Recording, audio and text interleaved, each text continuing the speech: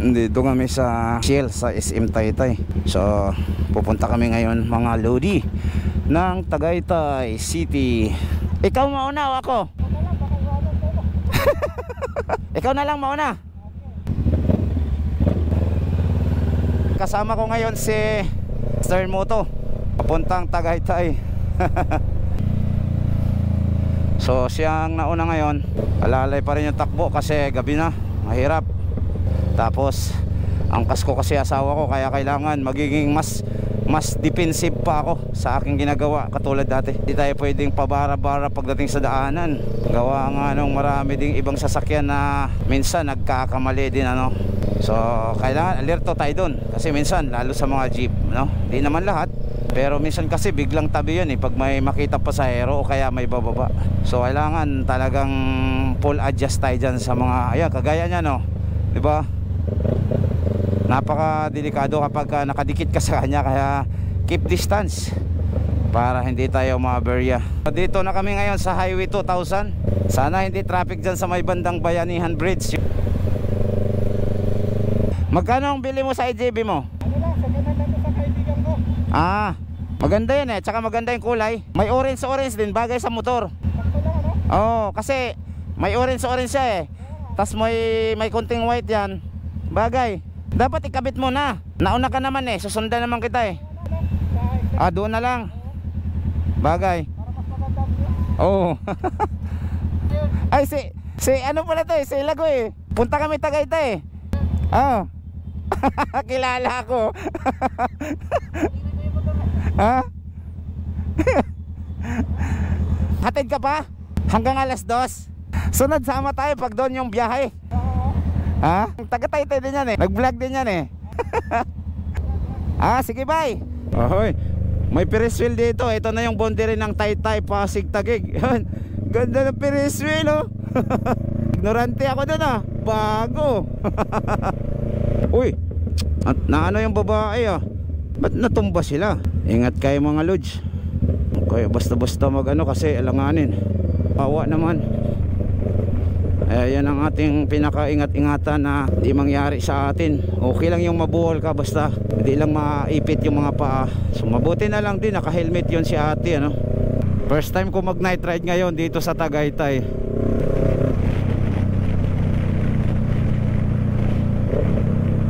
Ayan, Greenfield City, Mamplasan at saka Unilab. So exit kami dito. Mas maganda ngayon, malamig eh. Ganda dito, the best. Makaganda dito sa Calax, oras na makapasok na dito na wala ka traffic. Suabe.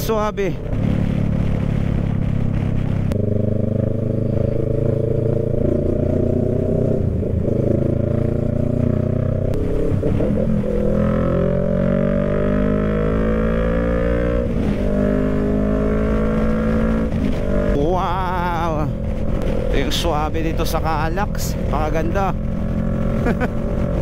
Shoutout sa ating mga kasamahan din ang KBRCP. Tsaka ang the best pa dito, ang ganda kasi ang dami ring ilaw. So sinusuportahan ko na lang din sa pinapakabit kong ilaw. Try ko dito, total isang direction lang yan eh. Wala naman ang may stopper naman ang kasalubong. Hindi naman nasisilaw. Kaya para masubok natin dito yung ating ilaw kung sobrang liwanag ba.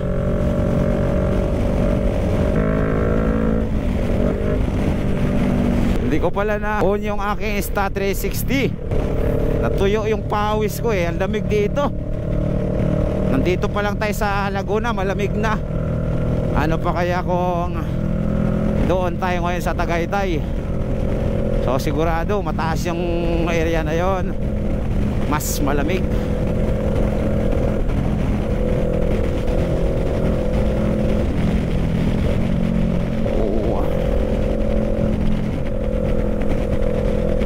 Sa area na to wala siyang street lights, sakto kasi malakas yung ilaw ko. Then dito sa unahan naman mayroon na rin mga street lights mga idol ano. Santa Rosa City exit 500 meters. So iikot siya dyan. So kami naman diretso lang papuntang Tagaytay. So ito yung exit ng Santa Rosa. Sa kanan kami silang proper. The best pa pagka maganda ang panahon talaga. Sana tuloy-tuloy yung ganda ng panahon, di kami ulanin kasi malakas yung kidlat doon, no? Parang ang sarap mag-rides lagi pag walang traffic. Pag ma-traffic, nako. Yan ang kasabihan, tatamarin ka na naman, boy. Shout out by George, no? Stern Moto. Ito yung toll dito na last na madadaanan.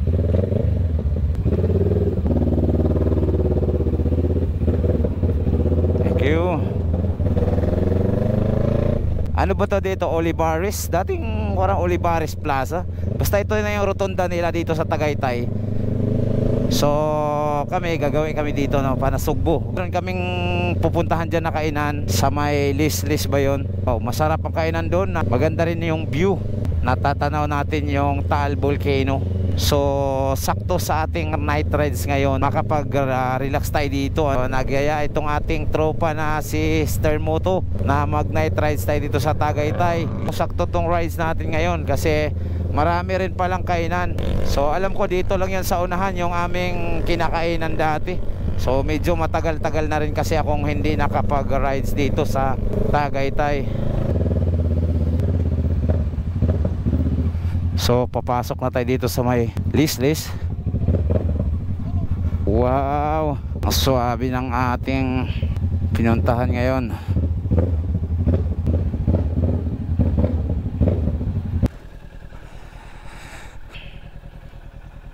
So nandito kami ngayon sa mga Lods, no? Sa may Lis Restaurant. At syempre dito tayo magtatanong mamaya, no? So kasama ko yung asawa ko, shout out, tsaka peace. Tsaka yung aking kaibigan na si By George. So dito kami ngayon, no? Alas 9 na ng gabi kami inabot. Dapat makukuha lang namin ng 1 oras to. Taytay to Tagaytay, ano? Kaya lang medyo na traffic tayo eh. So dami rin namamasyal ngayon, no? Nakita nyo naman sa palibot mga idol. So napakarami pong namamasyal. So okay, let's go mga. So dito kami ngayon sa Tagaytay, ano? Mga kuys, kasama ko yun si Stern Moto. So pa-like and follow na rin mga kuys, no? Mga idol sa kanyang page. Dito nga kami ngayon mga lods, no? Sa Lis. Papakita ko sa inyo ulit, no? Yung Lis Restaurant sa Tagaytay. So pawis ako dahil kanina, yan, oh, grabe basa pa, diba? Kita kasi galing nga kami ng Antipolo. Tapos sobrang traffic doon sa C6.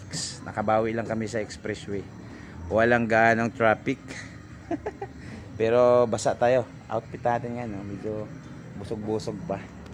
Then ayan po yung ating motor. Ayan, si Bercy. Nag-automatic siya. So ang ganda dito mga idol, sa Lis Restaurant. Tapos yung area na yun, Taal yun, kaya lang madilim eh, hindi makikita. So ayan mga idol, napakaswabe, diba?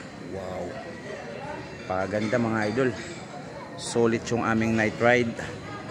So dito tayo sa loob ngayon mga lids. Napakaswabe, oh. Shout out.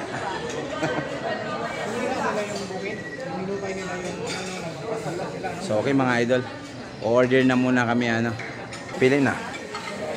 Ito yung menu nila, oh. So marami, oh. May beef, pork, tas sizzling special, chicken, vegetables, seafoods, sinigang, kanin, ano. So napakasarap. So ito na mga idol, no. Huli na ako nakapag-video. Paubos na yung aking, ubos na nga sa akin talaga. Pero mayroon pang ulam namin, no. Sinigang sa miso at saka sa hipon, ano. Grabe, di namin maubos dahil 3 lang kami, no. Kasama ko si Stern Moto at saka yung asawa ko. So okay mga idol, uwi na. Let's go. Pauwi na kami mga idol.